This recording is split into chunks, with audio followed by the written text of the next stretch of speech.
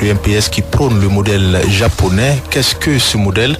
En quoi ça consiste concrètement? Le professeur Loada est notre invité donc. Professeur, bonsoir. Bonsoir. Vous écoutez Les Experts, l'émission débat qui vous décortique toute actualité nationale et internationale. Alors professeur, nous parlons du développement du Burkina Faso, je l'ai dit en introduction, et vous au niveau du MPS, vous prenez le modèle japonais. Lorsqu'on parle du modèle japonais, qu'est-ce que c'est? Bon, disons que nous ne prenons pas en tant que tel d'importer le modèle japonais. Il ne s'agit pas de remplacer, je dirais, un mimétisme par un autre. Il s'agit tout simplement de tirer des leçons d'autres types d'expériences. L'expérience d'un certain nombre de pays, je pense en particulier au Japon, qui était au même niveau, je dirais, de sous-développement que le continent africain, que le Burkina Faso, il y a quelques décennies de cela, mais qui a réussi en quelques années à se hisser au niveau des pays qui nous servent aujourd'hui d'exemple. Il s'agit des pays occidentaux. Donc, il ne s'agit pas de copier en tant que tel le modèle japonais, de l'importer, mais de tirer quelques leçons pour notre propre gouverne. Et en quoi ce modèle est-il un exemple pour l'Afrique tout entière et pour le Burkina en particulier? Disons que nous avons plus à tirer, à coopérer en tout cas avec des pays qui ont connu, je dirais, le même sort que nous dans la rencontre avec l'Occident, plutôt que d'essayer de regarder toujours du côté des anciennes puissances coloniales. Je disais tout à l'heure que le Japon, il y a quelques décennies de cela, était dans une situation de sous-développement. C'est vrai que comparé à l'Afrique, le Japon était dans une sorte de proto-industrialisation. Il y avait une dynamique économique qui était relativement significative, mais c'est clair que lorsque les Japonais rencontrent l'Occident, ils prennent conscience immédiatement de leur situation d'infériorité technologique. Je pense par exemple à cette anecdote qu'on raconte souvent lorsqu'on parle de l'expérience du Japon, à savoir la rencontre des Japonais avec le commandant Perry. C'est un amiral américain qui arrive dans la baie de Tokyo avec des navires de guerre que les Japonais n'avaient jamais vus parce que eux, ils étaient encore au bateau à voile, alors que les Américains arrivaient avec des bateaux dotés de moteurs d'une technologie très avancée par rapport aux Japonais. Donc ils prennent conscience de ce retard-là et ils n'attendent pas d'être envahis comme ça a été le cas pour l'Afrique. Ils n'attendent pas d'être submergés par l'Occident, ils prennent les devants, donc ils décident de tirer des leçons et ils envoient quasiment la moitié des membres du gouvernement japonais de l'époque en Occident, en Amérique, en Europe, pour aller apprendre, entre guillemets, la civilisation occidentale, y compris sa technologie, et pour venir adapter cette technologie-là je dirais, à la culture japonaise. Et c'est ce qu'ils ont fait. Et donc, ils ont réussi à conserver leur identité culturelle en se développant sur le plan technologique. Je pense que là, il y a une leçon à tirer par rapport au rôle des élites. Comme je l'ai souligné dans le cas du Japon, elles ont pris les devants, elles ont été visionnaires, elles n'ont pas attendu, je dirais, d'être envahies, colonisées. Je crois que là, il y a quelque chose à tirer par rapport au rôle des élites en Afrique. Alors, quelque chose à tirer par rapport au rôle des élites lorsqu'on prend le cas de l'Afrique, vous l'avez souligné, qui a été colonisée, et le Japon qui ne l'a pas été, et des élites qui ont joué un rôle important dans ce développement du Japon. Comment, pour une Afrique qui a été colonisée, ces élites peuvent justement... comment dirais-je, tirer leçon de ce modèle-là, de ce que des élites japonaises ont joué comme rôle. D'accord.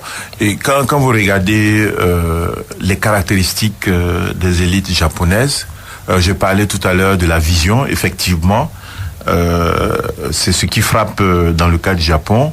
Elles ont eu de la vision. Et je dirais même que un peu partout, lorsque vous regardez bien les pays qui se sont développés, c'est aussi en partie parce que ces pays-là ont bénéficié, je dirais, ont eu des élites visionnaires. Prenons par exemple le cas de l'Amérique. Tout le monde sait très bien que les États-Unis ont l'une des constitutions les plus vieilles au monde, je dirais même la constitution la plus vieille, en tout cas dans la catégorie des pays développés. Mais cette constitution a été écrite pour la plupart de ceux qui ont rédigé cette constitution, ils avaient une trentaine d'années. Voilà. Et donc, ça montre que on peut être jeune et avoir de la vision pour un siècle, 2 siècles. Et c'est ce qui manque le plus souvent en Afrique. Nous raisonnons le plus souvent à court terme. Et lorsqu'il s'agit des élites politiques, pour un mandat, pour 2 mandats, on est beaucoup plus préoccupé par la réélection, donc le très court terme. Des intérêts personnels plutôt que... Oui, évidemment. Si on y ajoute les intérêts personnels, c'est vraiment du très court terme, parce que il y a beaucoup de gens qui s'investissent dans la politique. C'est pas seulement au niveau des gouvernants, mais c'est aussi des gouvernés. Je pense en particulier aux militants. Ce qui les intéresse, c'est vraiment le très court terme. Qu'est-ce que je peux tirer concrètement de la relation que je peux entretenir avec tel ou tel personnage politique, oubliant que si on veut résoudre les problèmes structurellement, il faut concevoir des initiatives à long terme. Et donc, je pense que c'est important d'avoir des élites qui ont de la vision, qui raisonnent sur le long terme, même si elles n'ont pas le mandat, je dirais, électif qui correspond à ces projets ou ces programmes à long terme. Je pense que ce qui est important, c'est qu'elles puissent poser les jalons et que par la suite, d'autres élites de même caractéristiques viennent poursuivre ces chantiers-là. Voilà. Et donc, avoir des élites visionnaires, avoir des élites aussi qui sont patriotiques. Dans le cas du Japon, on a parlé de nationalisme des élites. Vous regardez un peu partout aussi en Asie, c'est ce type de caractéristiques qu'on constate, que ce soit en Chine ou en Corée du Sud, des élites dirigeantes qui sont pétries de l'amour de leur pays et qui ne sont pas prêts à sacrifier les intérêts de leur pays, de leur nation, de leur patrie, sur le court terme, encore moins sur l'autel des intérêts des puissances extérieures. Donc, faire les compromis peut-être s'il le faut, mais pas au détriment des intérêts à long terme de son pays. Je pense que c'est une caractéristique importante aussi qu'on peut tirer de l'expérience des pays asiatiques, notamment du Japon. Il faut aussi des élites intègres, parce que pour conduire ces projets de transformation à long terme, et si vous n'avez pas des élites qui sont intègres, elles seront probablement obnubilées par leurs intérêts à court terme, notamment les questions de corruption, les questions de rente, les questions de patrimonialisme. Bien sûr, tous ces pays que nous citons, les pays asiatiques, on ne dit pas qu'il n'y a pas de corruption dans ces systèmes-là, parce que la corruption, c'est un phénomène qui est humain, mais en même temps, les systèmes qui se développent, ce sont ceux qui mettent en place les mécanismes pour rendre, je dirais, redevables les élites qui ont à gérer les ressources publiques. Donc, il faut mettre en place des mécanismes qui permettent de juguler, de maîtriser la corruption, pour ne pas que cette corruption-là soit négative, pour qu'elle ne annihile pas les efforts qui sont faits pour le développement du pays. Voici quelques caractéristiques importantes qu'on peut tirer de l'examen de l'expérience du Japon. Et lorsque vous parlez d'élite, on peut prendre l'exemple de l'empereur Meiji entre 1868 et 1912, un empereur donc qui, sous son règne, a impacté cette nation japonaise, car c'est sous son ère que on a constaté cette caractérisation qui est passée par un basculement du système féodal vers un système industriel à l'occidental. Exact. Mais derrière cet empereur, derrière, je dirais, un personnage, un individu, il faut voir en arrière-plan toute la classe politique, toute la noblesse qui a accompagné ce jeune empereur. Et on a même parlé à cette époque de révolution sociale, puisque c'est la petite noblesse qui remplace, je dirais, le shogunat et qui prend le pouvoir. Et c'est cette classe politique jeune, en tout cas animée pour l'essentiel de jeunes, qui prend conscience de ce retard technologique et qui décide, en tout cas, de faire les sacrifices qu'il faut pour hisser le pays au même niveau que l'Occident. Donc, c'est important que derrière les responsables politiques, toute la classe politique soit animée par ce désir sincère de transformer sur le plan social, sur le plan économique, la société. Si vous avez un seul héros, c'est pas sûr qu'il suffit à lui seul il puisse tirer l'ensemble de la société vers le progrès. C'est pour cela que c'est important que ce travail qui est fait pour transformer le pays soit un travail d'équipe. Parce que les héros, le plus souvent, ils finissent au cimetière. Et c'est-à-dire qu'en Afrique, le plus souvent, ces fameux héros vont esseler pour justement un intérêt général? Bon, on peut prendre le cas du Burkina. Tout le monde a en mémoire l'expérience que nous avons vécue dans notre pays entre 1983 et 1987. On a parlé de régime sankariste, on a parlé de ce leader charismatique qui a laissé son empreinte dans l'histoire du Burkina, mais aussi dans l'histoire de l'Afrique. Mais il était bien seul, à mon avis. La preuve, ceux qui l'ont accompagné, pour la plupart, l'ont trahi. Et donc, c'est important que nous travaillions à l'émergence d'élites transformationnelles, pas seulement de héros solitaires, si on veut que le travail de transformation socio-économique, si on veut que ce travail-là soit accompli de manière durable dans nos sociétés. Et pour que l'Afrique se développe, il faut que justement elle passe par cette ascendance d'élite transformationnelle plutôt que de héros solitaires. Exact. Pour cela, je pense que c'est nécessaire que nous repensons nos systèmes de formation, nos systèmes éducatifs. Je pense que on peut avoir certaines qualités innées, mais je pense aussi qu'on peut acquérir certaines de ces qualités-là. Notamment par l'éducation, par la formation. C'est important que dès le plus bas âge, dès l'école primaire, dès même le préscolaire, on apprenne à nos enfants à faire preuve d'imagination, à faire preuve d'autonomie, à avoir de la vision, à raisonner sur le long terme et non pas seulement sur le court terme. Donc repenser le système éducatif, ça inclut également la manière dont nous socialisons nos enfants, je dirais, la manière dont nous leur transmettons les principes et les valeurs essentielles dans notre société, en tout cas la société que nous voulons fonder. Je prends par exemple toujours le cas du Japon. Les élites transformationnelles dont j'ai parlé tout à l'heure n'auraient pas eu d'impact si elles n'avaient pas de relais dans la population.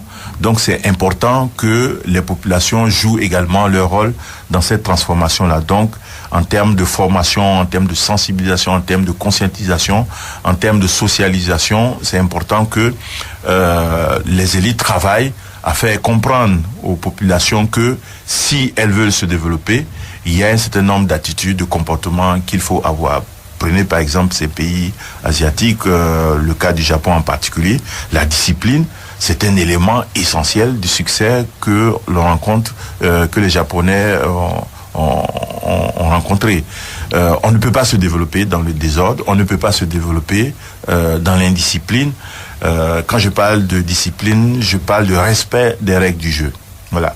Pas seulement les règles formelles, c'est-à-dire que si on se met d'accord sur des normes de comportement, alors tout le monde doit suivre ces normes de comportement. Regardez par exemple ce qui se passe dans la circulation, dans la vie de tous les jours, là où il faut se mettre, je sais pas, en rang et attendre tranquillement son tour. Vous verrez des gens qui vont essayer de jouer aux passagers clandestins ou alors qui vont essayer de brûler la politesse à d'autres. Regardez comment les gens se comportent, pas seulement pour rentrer dans les bus, mais aussi dans les banques, dans tous les services publics. Il n'y a pas de discipline.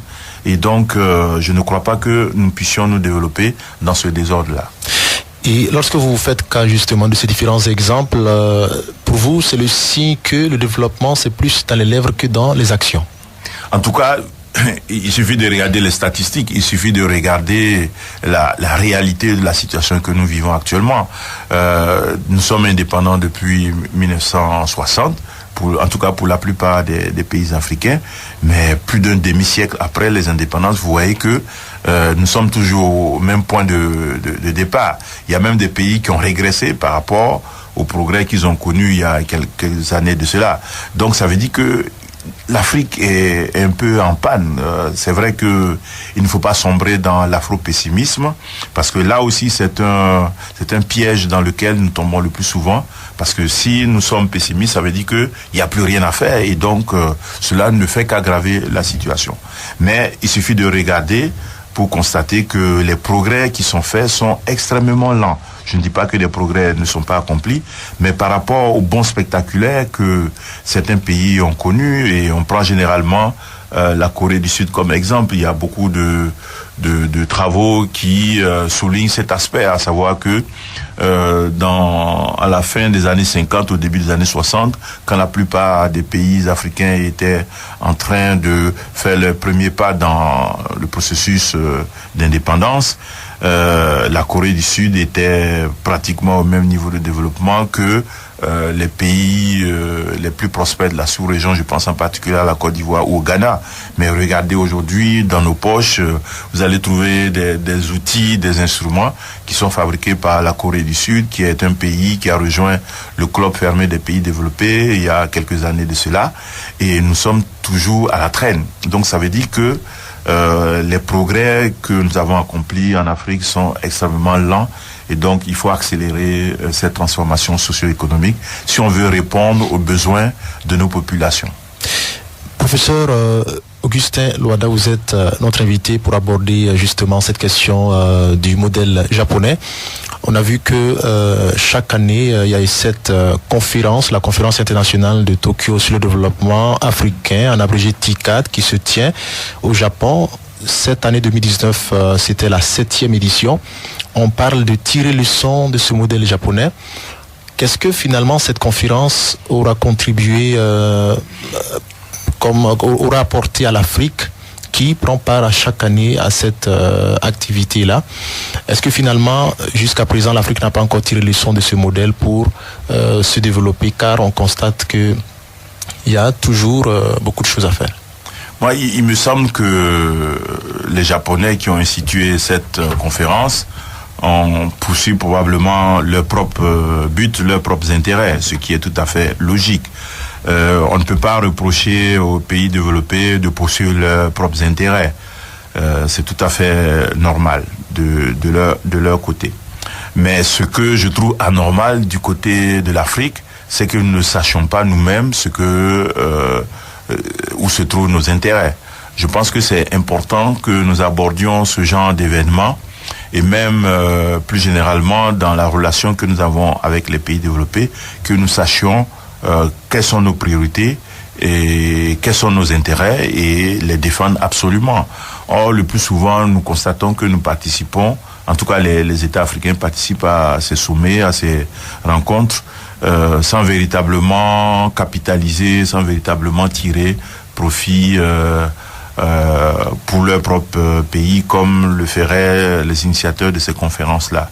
Pour le cas du Burkina, je reste encore sur ma soif quand on me dit que notre participation au sommet à cette conférence nous a permis seulement d'avoir un financement pour la construction des NEP, alors qu'il me semble que d'autres pays ont mieux tiré leur épingle du jeu. Je pense en particulier à la Côte d'Ivoire, il me semble, qui a obtenu de Toyota. Une usine d'assemblage. Voilà, c'est ça. Donc, je pense que c'est important, en participant à ces conférences-là, d'essayer de capitaliser pour les intérêts de notre pays. J'ai même rencontré là-bas à Yokohama un Sénégalais et un Béninois qui travaillaient pour une firme japonaise en matière d'énergie solaire, qui me disent qu'ils ont cherché en vain à rencontrer les autorités de notre pays et d'autres pays, et ils m'ont cité le cas d'un pays où les autorités ont été plus promptes à réagir à leurs sollicitations. Donc on peut se demander ce que tire véritablement concrètement notre pays en participant à ces rencontres-là. Je ne dis pas que ces rencontres sont inutiles, mais il faut y aller vraiment préparé pour tirer le maximum, sinon c'est une perte de temps. Et comment finalement le Burkina peut-il s'inspirer de ce modèle avant ou après justement de telles rencontres? Bon, pour répondre directement à votre question, je dirais que la réponse est éminemment politique, parce que c'est clair que si vous n'avez pas de projet derrière ces rencontres internationales qui se déroulent. Quand je parle de projet politique, s'il n'y a pas de perspective politique, s'il n'y a pas de vision politique sur là où on veut emmener le pays et comment y parvenir, c'est clair que ces sommets auxquels nous participons ne seront que des sommets pour des discours. Donc c'est clair qu'il nous faut un projet de société cohérent, qui, de mon point de vue, devrait être largement partagé par l'élite politique et même par une grande partie de notre population. Je prends par exemple la question de l'éducation. C'est important qu'il y ait un consensus dans la société sur l'importance de l'éducation. Et quand je dis l'éducation, c'est depuis le bas âge jusqu'à l'université, en prenant en compte aussi la formation continue, parce que les travailleurs ont besoin de renouveler constamment leur stock de connaissances. Et donc, s'il n'y a pas de consensus dans la société sur l'importance du système éducatif, on risque d'avoir des projets éparpillés sans véritable cohérence, et on risque évidemment de rater le coche. Donc c'est important qu'il y ait un débat dans la société sur ce qui devrait constituer les priorités dans notre pays. Or, on a l'impression que tout le monde s'accommode du discours suivant lequel tout est prioritaire dans notre pays. Et si tout est prioritaire, ça veut dire que finalement rien n'est prioritaire. En s'inspirant du modèle japonais, c'est-à-dire que le modèle burkinabé actuel est aussi mauvais que ça? Bon, on peut s'interroger, est-ce qu'il existe un modèle burkinabé? On peut dire que sous la révolution, oui, il y avait un projet qui de transformation sociale. Oui, c'est ça, qui n'a pas abouti. Dans quelques jours, dans moins de mois, on va fêter ce souvenir de ce que cette révolution a pris fin dans des conditions tragiques. C'est vrai que tout n'était pas rose sous la Révolution. Nous avons vécu cette période de notre pays, mais il y a aussi des leçons à tirer. Donc, lorsque nous avons donné une conférence sur l'expérience du Japon, il y a une question pertinente qui avait été posée, à savoir, est-ce qu'on ne pourrait pas tirer aussi des leçons de cette révolution avortée? Donc, je pense que c'est important que nous puissions nous inspirer de l'expérience d'autres pays, mais aussi que nous soyons capables de tirer aussi des leçons de nos propres échecs pour rebondir. Et comment on devrait créer ce modèle-là, puisque pour vous, ça n'existe pas au Burkina, comment on pourrait créer ce modèle à la burkinabé?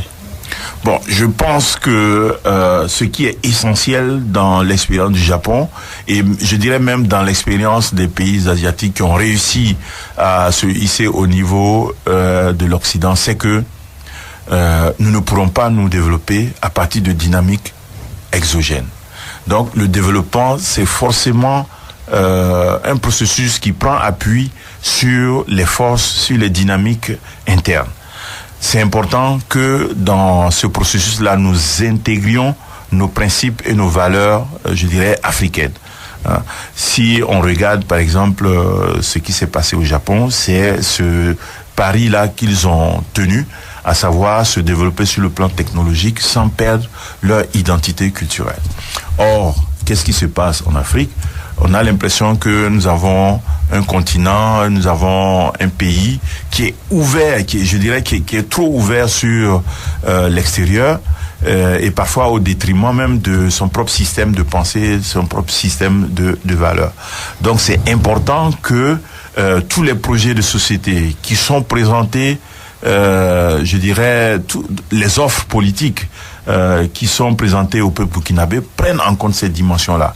Comment intégrer nos valeurs dans le processus de développement, dans les projets de société, pour que nous puissions prendre appui sur nos valeurs pour nous développer. Je pense que si on procède ainsi, on a des chances de tirer la grande majorité de la population dans ce processus-là. Prenons par exemple la question de l'éducation, comment nous éduquons nos enfants. Prenons par exemple la question de la langue. Tout le monde sait très bien que les enfants réussissent mieux lorsque on utilise dans le système éducatif la langue maternelle, celle à laquelle ils sont habitués à la maison. Nous le savons très bien. Mais vous constatez que, en la matière, dans beaucoup de pays africains, y compris le nôtre, il y a des hésitations de l'élite dirigeante par rapport à cette politique linguistique que nous devrions avoir pour renforcer la qualité de notre système éducatif et aussi renforcer la dynamique de développement interne. Voilà. Il y a des gens qui vous disent si on introduit les langues nationales dans le système éducatif, on va créer la division dans le pays. Mais écoutez, on n'a jamais vu, comme on dit, un pays se développer dans la langue des autres. Et donc, tout le monde voit bien que nous sommes dans l'impasse et que le chemin qu'il faut prendre, en tout cas, n'est pas celui que nous empruntons, mais nous ne faisons rien pour revenir sur les chemins les plus prometteurs. Mais déjà avec cet aspect ajouté au ministère de l'Éducation nationale, puisqu'on parle désormais du ministère de l'Éducation nationale, de la promotion des langues nationales, c'est déjà un bon signe, on est déjà sur la route du... Bon, ça c'est sur le papier, on est sur la bonne route, mais on ne veut pas avancer. Voilà, parce que vous regardez, ce ministère, c'est pas aujourd'hui, il ne date pas d'aujourd'hui, la question de... par exemple la question de l'alphabétisation, c'est une dimension qui est relativement récurrente dans la définition des secteurs ministériels. Mais regardez là encore les progrès qui ont été accomplis depuis 1960. Le taux d'alphabétisation au Burkina ne dépasse pas, disons, les 26, en tout cas ne dépasse pas 30%. Donc ça veut dire que au moins 7 Burkinabés sur 10 ne savent pas lire et écrire dans leur langue. Donc, je ne vois pas comment on peut se développer si on ne résout pas, si on ne s'attaque pas vigoureusement à cette question. Évidemment, pour résoudre cette question, il y a des sacrifices à faire, mais nous ne voulons pas faire ces sacrifices. Et la question m'a été posée lors de la conférence, et j'ai cité le cas de Cuba, où en quelques mois, on a résolu le problème de l'alphabétisation. Il y a les techniciens qui vous disent que en moins de mois, on peut apprendre à lire et à écrire à un adulte.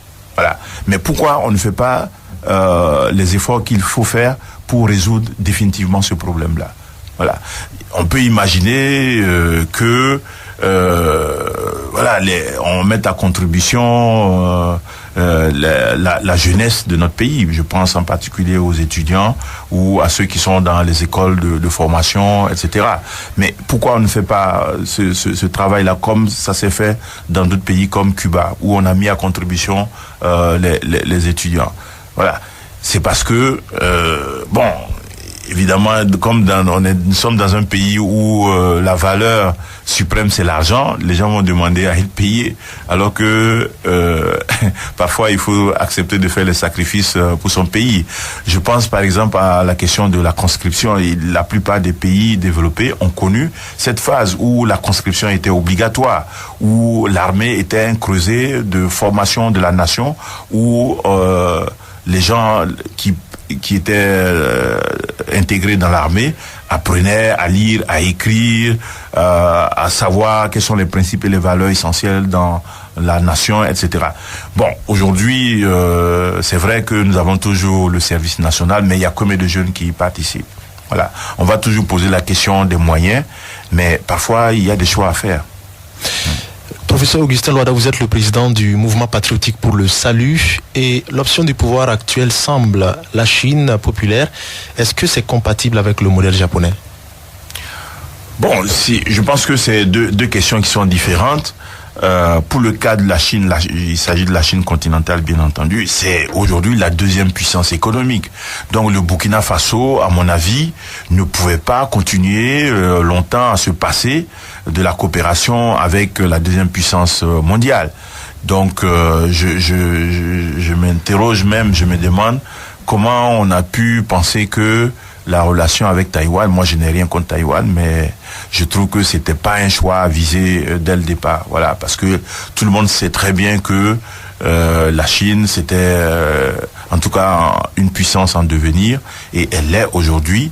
Et je pense aussi que nous pouvons aussi tirer des leçons de cette Chine-là et plus globalement des pays d'Asie du Sud-Est, des pays d'Asie, pas seulement le Japon, mais aussi la Chine, mais aussi la Corée du Sud. Donc, je dirais que s'il y a un endroit du monde où il faut regarder maintenant, c'est du côté de l'Asie, du côté du Pacifique, et cesser de regarder unilatéralement et toujours au même endroit, je dirais, à l'ouest, à l'Occident. Voilà. Est-ce que c'est le modèle japonais que le MPS compte appliquer une fois au pouvoir? Bon, encore une fois, nous ne cherchons pas, nous ne sommes pas des Japonais, les Burkinabés ne deviendront jamais des Japonais, donc nous ne cherchons pas à importer ce modèle, nous cherchons à tirer des leçons. En vous inspirant voilà, de c'est certains éléments. Voilà, c'est ça. Notamment le rôle des élites, la discipline, le patriotisme. Ce sont des ingrédients qui existent aussi, il me semble, dans un certain nombre d'autres pays. Je pense en particulier à la Corée du Sud. Et pourquoi pas la Chine aussi. Donc, il y a des éléments que nous pouvons utiliser et combiner aussi à notre propre histoire, à nos propres expériences, à nos propres succès et échecs, et avancer sur ce terrain-là. Une fois au pouvoir, quels sont les éléments sur lesquels vous comptez mettre l'accent justement pour parvenir à ce développement que vous estimez tardif encore au Burkina? Voilà, j'ai parlé tout à l'heure du système éducatif. S'il y a un élément fondamental à retenir, c'est vraiment le rôle du système éducatif. Et même en venant, j'ai reçu une information sur mon téléphone d'un ami et cet élément d'information avait trait au rôle des enseignants en Corée du Sud. Et la question c'était, est-ce que vous savez quel est le fonctionnaire le mieux payé en Corée du Sud? C'est l'enseignant. Voilà. Parce que là-bas aussi, le système éducatif joue un rôle très important. Si vous regardez les pays qui ont connu des progrès fulgurants en Asie, ce sont les pays qui ont accordé beaucoup d'importance à l'éducation. Voilà. Évidemment, pas le type de système éducatif que nous avons en place qui nous amène dans l'impasse. Un système éducatif fondé sur le mimétisme de l'Occident, qui fait fi de nos valeurs, y compris la question de la langue, et qui aboutit à produire des chômeurs. Regardez, je lisais il y a quelques heures de cela, plus de 1 200 000 dossiers ou candidats pour 5 000 postes dans la fonction publique. Quand même, on ne peut pas se satisfaire de cette situation. Il faut revoir forcément. Donc, je pense que il doit y avoir un consensus dans la société burkinabé sur l'importance qu'il faut accorder au système éducatif et à ses acteurs. Sans cela, à mon avis, on risque de faire du surplace et de déboucher sur l'impasse. Même la santé, qui de mon point de vue est essentielle aussi, parce que si on n'est pas en bonne santé, on ne peut pas travailler. Parfois, avec une meilleure éducation, avec une meilleure formation, avec une meilleure sensibilisation, et je mets tout cela dans le système éducatif, on peut se porter mieux. Voilà. Donc, pour moi, l'éducation comme priorité. Voilà. Ensuite, nous avons parlé de la question des valeurs.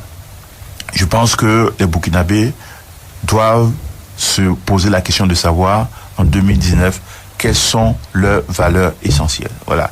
Et comment faire pour préserver ces valeurs essentielles-là? Comment faire pour intégrer ces valeurs essentielles-là dans notre système de formation, dans notre système de communication, pour que ces valeurs-là soient transmises de génération en génération. Ça aussi, c'est important pour que nous sachions qui nous sommes.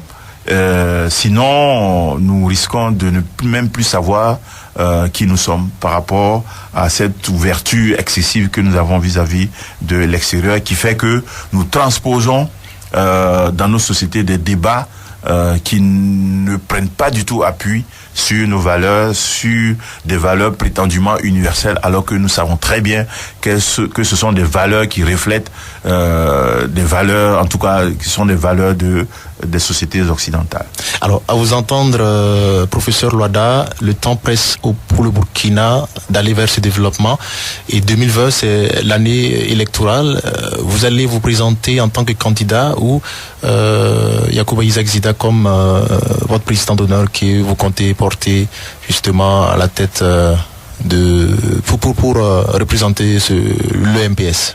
Disons, chaque chose en son temps. Voilà. Pour le moment, le MPS, c'est un parti jeune. Et donc, notre priorité, c'est véritablement d'asseoir les bases du parti. Le structurer sur l'ensemble du territoire national. C'est ce processus-là sur lequel nous travaillons.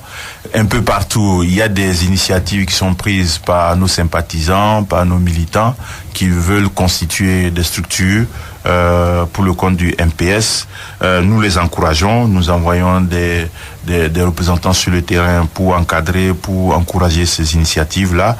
Pour nous, c'est la priorité. Évidemment, en tant que parti politique, c'est un devoir pour nous aussi de participer, de rechercher le soutien, je dirais, des citoyens par le biais des élections. Donc, nous envisageons effectivement de présenter des candidats aux prochaines élections. Mais à chaque chose en son temps, lorsque le temps du MPS arrivera, nous présenterons à la face des Burkinabés le candidat en tout cas notre champion, celui qui de notre point de vue aura toutes les qualités qu'il faut pour représenter dignement le MPS à cette compétition. Et 2020, ce sera déjà sûr que vous allez présenter un candidat? Oui, je pense que sur le principe, en tout cas, nous prévoyons de présenter un candidat. Voilà. D'accord. Qui peut ne pas être le professeur Loada chez nous. Président de parti ne veut pas dire nécessairement un candidat à l'élection présidentielle. Ou qui pourrait être le président d'honneur Yacouba Isaac Zida? Ça peut être lui. Ouais. D'accord. Donc on attendra de voir donc en 2020. Professeur Loada, est-ce qu'il y a un volet sécuritaire japonais qui peut faire école au Burkina au regard du contexte actuel dans notre pays? Oui, c'est vrai que le contexte actuel nous amène à intégrer cette donne-là. Voilà. C'est clair que tous nos efforts en matière de développement, je parlais de priorité accordée au système éducatif, vous voyez bien que la situation sécuritaire nous impose, oui, il y a la fermeture de certaines écoles. On voit bien que dans les zones qui sont infestées par les groupes terroristes, les écoles se ferment, les centres de santé se ferment. Donc ça veut dire que on ne peut pas se développer s'il n'y a pas la sécurité.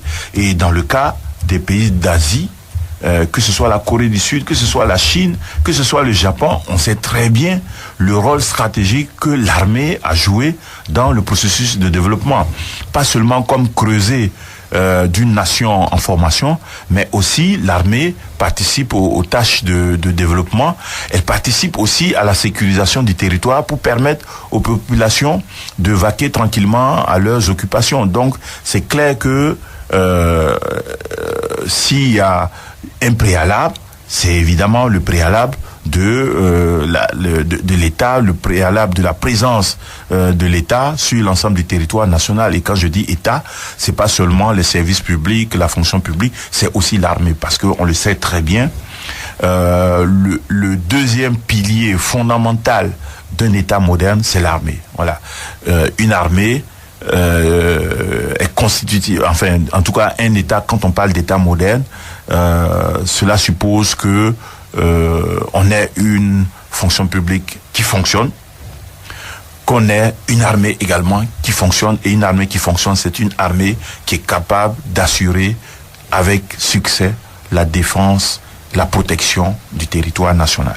Est-ce à quoi on assiste actuellement au Burkina Faso avec ces récurrentes attaques terroristes? Hélas non, parce que vous savez très bien que nous sommes sur le point, si on y prend garde, de perdre je dirais le contrôle, la maîtrise totale de notre territoire. Mais est-ce qu'on a déjà perdu le contrôle de certains il me semble par les informations qui nous parviennent qu'il y a des zones de non-droit qui sont en train de se constituer dans la partie septentrionale de notre pays. Des zones où les populations civiles ne peuvent pas vivre en toute sécurité. Des zones où même l'armée n'ose pas intervenir. Donc c'est important pour que nous puissions continuer nos efforts de développement, que l'armée ait une maîtrise complète de notre territoire. Et je pense que c'est important que notre armée reprenne l'initiative pour bouter hors de notre territoire tous ces groupes terroristes qui viennent de l'extérieur, qui infestent cette partie de notre pays, mais aussi, il me semble, des groupes locaux qui se sont constitués et qui terrorisent les populations locales. Lorsque vous parlez de groupes locaux, vous faites cas des groupes d'autodéfense, notamment les COG locaux? Je ne faisais pas nécessairement référence à cela. Il me semble que les groupes terroristes qui terrorisent la population au Burkina Faso ne viennent pas tous de l'extérieur. Il me semble qu'il y a au moins un groupe local constitué majoritairement de Burkinabés qui participe aussi à ces entreprises terroristes. Donc c'est important que on comprenne quelles sont les dynamiques qui ont rendu possible la formation de ces groupes terroristes sur notre territoire national et que on puisse apporter des réponses militaires mais aussi non militaires pour éradiquer ce phénomène-là. D'aucuns voient la main de l'ancien président Blaise Compaoré derrière ces attaques et que son retour pourrait être une des solutions justement à cette situation sécuritaire. Bon, pour moi, c'est deux choses qui sont différentes. Le retour de Blaise Compaoré, pourquoi pas? Parce que c'est un citoyen, il me semble, même s'il a changé de nationalité, ce qui est quand même honteux pour quelqu'un qui a dirigé le pays pendant pratiquement un quart de siècle. Il me semble qu'il n'a pas renoncé à sa nationalité burkinabé, il peut encore revenir. Évidemment, si la justice a des questions à lui poser, il faut bien qu'il réponde à ces questions et qu'on lui garantisse un certain nombre de principes, de droits qui sont reconnus par la Constitution. Présomption d'innocence, respect de la dignité et indépendance, impartialité de la justice. Voilà. Ça, c'est un problème différent. Maintenant, est-ce qu'il est derrière les attaques? Moi, je n'ai pas d'éléments d'information pour répondre à cette question. Ce sont les autorités qui disposent